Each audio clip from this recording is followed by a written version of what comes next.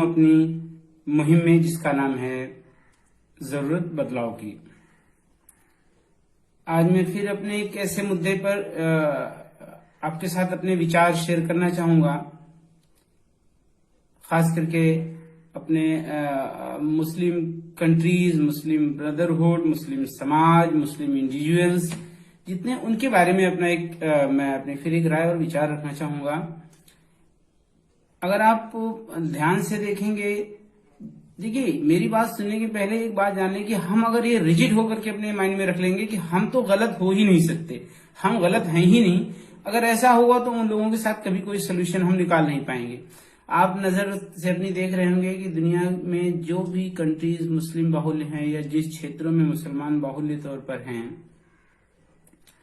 वहां पर हमारा कॉन्फ्लिक्शन, मतलब 95% केसेस में हमारी कॉन्फ्लिक्शंस या वहां की गवर्नमेंट के साथ या दूसरे जो मेजॉरिटी वाले या जहां पे मेजॉरिटी में है वहां एक दूसरी प्रॉब्लम है, जहां हम सेकंड पर हैं वहां एक दूसरे तरह की प्रॉब्लम है, और उस सबकी जड़ हमारी रिजिडिटी है। हम इसके सोल्यूशन पर बात करेंगे कि वो क्या वजह है कि मुसलमान जिस देश में भी हैं, जहां पर भी हैं, उनका किसी न किसी काउंटर पार्ट के साथ उनका कॉन्फ्लिक्शन होता ही रहता है और आज नहीं जमाने से होता रहता है। उनके सोल्यूशंस, और उसमें मैं जरा सा डिगिंग करूंगा, उसमें मैं अंदर जाना चाहूंगा और उसमें अपनी एक सोल्यूशन बताना चाहूंगा। आप देखिए, एक पॉइंट ये हम लोग अगर सारे मुसलमान भाई रख लें कि हमें सम्मान सारे मजहब का करना है, और सारे मजहब की उनकी अपनी जिम्मेदारी है, वेदर दे आर डूइंग और नॉट, इट्स देयर रिस्पॉन्सिबिलिटी। हर आदमी को सम्मान सबके मजहब का करना चाहिए। क्यों मैं मुसलमान होकर के पूजा करने लगूंगा, लेकिन पूजा करने वाले का सम्मान करूंगा। अगर हमारे सामने बाहर निकलते हुए कहीं जा रहे हैं, कोई पूजा कर रहा है तो हमें उसका रिस्पेक्ट करना होगा। वैसे कोई हिंदू क्यों न जबरदस्ती नमाज पढ़ने लगे, हाँ ये है कि कोई मुसलमान नमाज पढ़ रहा हो तो उसका सम्मान करना चाहिए। यह बात, ये टॉलरेंस हमारे अंदर पैदा करनी पड़ेगी। हम बिल्कुल ही तैयार नहीं होते अपने समाज, अपने मजहब में पनपी हुई किसी बुराई को सुनने का, किसी हाल में हम मानने को तैयार नहीं होते हैं। मैं कोई भी मजहब जब बना था तो अपने प्योर फॉर्म में बना था, समाज को सुधार करने के लिए, समाज के सुधार के लिए, उस क्षेत्र के लोगों की बेहतरी के लिए, या एक बड़े पार्ट पर अपना नेकी फैलाने के लिए समाज बना था। लेकिन धीरे धीरे, चाहे सारे मजहब हो, हिंदू मजहब लाखों करोड़ों साल पुराना है, बहुत पुराना है, सनातन धर्म, हिंदू धर्म तो नहीं, सनातन धर्म तो बहुत पुराना है। अब वो जब ओरिजिनेट हुआ था तो वो भी इंसान की भलाई के लिए हुआ था, बाद में लोगों ने अपनी जरूरत की चेंजेस की। उसी तरह मुसलमान में भी अगर हिंदुस्तान में देख लिया जाए, हम कई हिंदू कल्चर का इस्तेमाल करते हैं, साड़ी पहनते हैं, और साड़ी तो छोड़िए, अंग्रेजों के कल्चर की तो कोई गिनती नहीं कितनी हम कॉपी करते हैं। अगर वो कुछ चेंजेस आए हैं, किसी पॉजिटिव चेंज के लिए अगर हम बदलाव लाए हैं तो अच्छी बात है, और अगर कुछ गलत भी हमारे यहाँ आ गया है तो हम किसी काउंटर पार्ट के बोलने पर उसको सुनने की कैपेसिटी रखें, और उसको इस रिजिड और अड़ियल रवैये पे ना खड़े हो जाए कि नहीं ऐसे कैसे आपने कह दिया। सुनना तो चाहिए ही पहले, क्योंकि आप सुनेंगे नहीं तो उसको सेटिस्फाई कैसे करेंगे। आप एक लाइन सीधे नहीं मैं नहीं मानूंगा, नहीं मैं नहीं मानूंगा, मैं गलत हो ही नहीं सकता, नहीं। अगर आप सामने वाले अदरवाइज ना ऐसा आप बोलेंगे तो आपके दुश्मन और बढ़ते ही जाएंगे। शायद यही वजह है कि सारी कंट्रीज में आज हम माइनॉरिटी पे हैं, जहां हम सेकंड मेजोरिटी पे हैं, वहां पर यही बात हो जाती है कि हम बात मानने को तैयार नहीं होते और सामने वाले को समझाने के लिए भी तैयार नहीं होते। जब नहीं समझाते हैं तो हमारे और दुश्मन बढ़ते चले जाते हैं। अभी 4 लोगों को हमने रिजिडली बोल दिया कि नहीं आपने इसे कैसे कह दिया, हमारे यहाँ ऐसा हो ही नहीं सकता, हमारा वाला सही, तो वो 4 तो सेटिस्फाई नहीं हुए, जो और कहीं गए वो भी सेटिस्फाई नहीं, उन्होंने किसी और को भी अनसेटिस्फाई कर दिया। आप सुने, सबकी बातें सुने। और फिर मैं एक अगले पॉइंट पर आऊंगा कि शिक्षा का रोल तो खैर बहुत ज्यादा है, शिक्षा का रोल तो इसमें बहुत ही ज्यादा है। हमें अगर मजहब के लोग हमारे सामाजिक जिंदगी पर हावी जरूरत से ज्यादा होंगे, आप सोचो वो आदमी जो सिर्फ एक आदमी साइंस, टेक्नोलॉजी, समाजशास्त्र, इतिहास, भूगोल की पूरी जानकारी रख करके पढ़ करके किसी कंपटीशन को पास होता है, उसके ऊपर वो हावी होना चाह रहा है जिसने किसी वजह से पढ़ाई अपनी जो है कंटिन्यू नहीं कर पाया, अपनी रेगुलर पढ़ाई को, और कहीं घुस गया, चाहे वो किसी धर्म की बात हो रही, चाहे हिंदू हो चाहे मुस्लिम हो, ये अपने सामाजिक जीवन को आसान बनाने के लिए धर्म की तरफ घुस जाते हैं। आप किसी धार्मिक कर्मकांड की फीस लेते हैं, वेरी डिसअपॉइंटिंग। मैंने कई बार इस बात को देखा, अनगिनत बार, सभी मजहब में, कि लोग किसी धार्मिक कर्मकांड को करने के लिए फीस मांगते हैं। देखो, फीस तय होना और आप उनको देते हैं, दोनों में बहुत अंतर है। देखिए, उनका भी परिवार समाज है, उनका भी चलना है, लेकिन उनको अगर धर्म का प्रचार प्रसार करना है तो आपको उतना चाहिए कि साईं इतना दीजिए जामे कुटुंब समाए, मैं भी भूखा ना रहूं, साईं भी ना भूखा जाए। ऐसा नहीं आप कर सकते कि उसके बदौलत बड़ी बड़ी गाड़ियों में और गाड़ियों पे फूल फेंके जाते हैं, उनके फॉलोअर्स होते हैं, फिर वो जो है अपनी फीस पे काम करते हैं। वो सारे मजहब की बात है, मैं किसी इंडिविजुअल को नहीं बोलूंगा। हमें अगर हम शिक्षित हैं तो हमारे ऊपर वो लोग हावी होना चाह रहे हैं जो पढ़ाई रेगुलर छोड़ करके किसी और में घुस गए किसी वजह से, सामाजिक आसानी के लिए और सबकी नसों पर पिन करने के लिए। देखिए, जैसे माँ बहन को गाली देने से, धर्म पर प्रहार करने से आपकी कमजोर नसें पिन होती हैं और वो जानबूझ के ऐसी हरकतें करते हैं।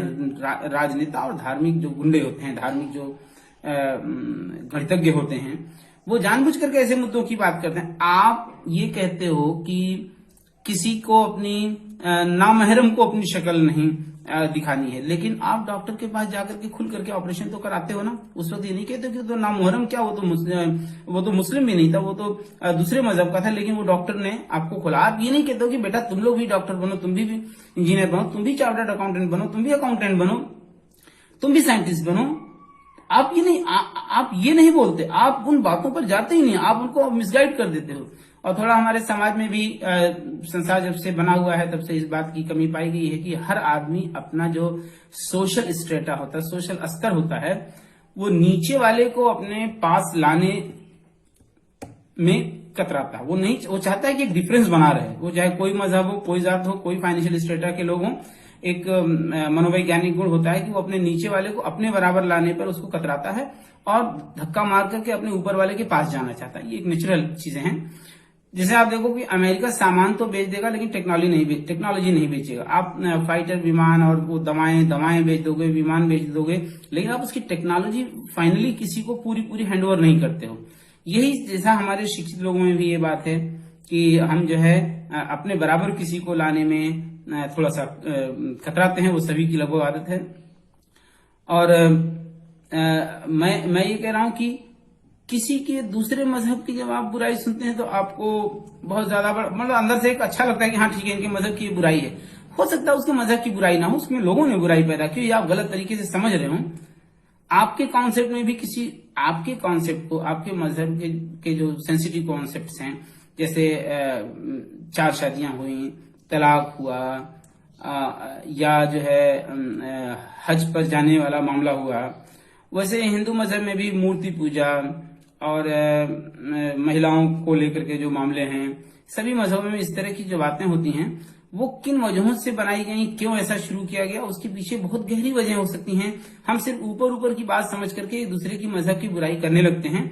हमें इनसे भी बचना चाहिए। चीजों को पहले आप डिस्कस करना है तो स्टडी कर लीजिए। अब तो गूगल का जमाना है, हर चीज आप स्टडी कर सकते हैं। और सुनने की आदत, जो मैंने कहा भाई सुनने की आदत तो होनी चाहिए। हम एक चीज और अपने खास करके लोगों में, मैं तो इस वजह से कहता हूं हर धर्म में है, कुछ में ज्यादा कुछ में कम है, हमारे यहाँ थोड़ा समय ज्यादा ही है। हम अपने मुसलमान भाइयों से कहेंगे इस बदलाव को आप जरूर लाएं। हम दूसरे के साथ कनेक्ट होने से बहुत कतराते हैं। हम जब अपने 4 मुस्लिम, शायद और लोगों में भी होता हो, मैं ये नहीं कह सकता, लेकिन हमें दूसरे की अभी नहीं ज्यादा इस बात को लेकर चिंता, हमें अपने भाइयों में इस बात की लेकर के ज्यादा चिंता है। जब आप कोई डिस्कशन अपने लोगों के साथ करते हैं तो बहुत ओपन करते हैं। हम जो है दूसरी जो मेजोरिटीज हैं, दूसरे जो रिलीजन हैं, दूसरे जो सोशल स्टेटस के लोग हैं, हम उनके साथ कनेक्ट होने में बहुत कतराते हैं। क्यों कतराते हैं? हमें कतराना चाहिए। हम जहां रहते हैं वहां के हर मजहब के बिजनेसमैन, हर मजहब के धार्मिक लोग, हर मजहब के सामाजिक लोग, हर मजहब के नेता से हमें मिलना जुलना रखना चाहिए। आप ना जाने, I don't know why there is a fear to meet the people of another religion and caste and creed. तो मैं ये कहूंगा एक बड़ा बदलाव लाएं भाई लोग, हम सबसे मिलें। हमने अक्सर देखा है, क्यों ऐसा ना हो हमारे देश में कि कोई एक टोपी पहने हुए दाढ़ी वाले मौलाना साहब किसी पंडित जी के साथ भी बात करते हुए नजर आए, समाज में दिखे। इससे अगर ऐसे नजरिए दिखने लगे तो हमारे नेता, जो गंदे वाले नेता हैं, उनको एक अच्छी खासी डर होगी, वो हमें फिर फोड़ नहीं पाएंगे। तो मैं एज एन कंक्लूजन ये कहना चाहूंगा भाई, आप माने अपने धर्म को, सम्मान सारे धर्म का करें। आप क्लोज डिस्कशन में ना रहें, लोगों के साथ कनेक्ट हों, दूसरे मजहब दूसरे समाज के साथ कनेक्ट हों, और दूसरे मजहब की बुराई करने से पहले 100 बार सोच लें। वो बुराई मजहब की नहीं हो सकती, वो बुराई मजहब में किए गए बदलाव, जो लोगों ने अपने मतलब के लिए, अपने फायदे के लिए बदलाव किए हैं, उसकी वजह से हो रही है। हम जितना ही लोगों के साथ कनेक्ट होंगे, उतने ही वो दरार कम होगी, उतनी ही एक स्वच्छ छवि वाली सरकार भी हम पाएंगे। अगर ऐसा नहीं करेंगे तो हम हमेशा हिंदू मुसलमान वाली सरकार पाएंगे।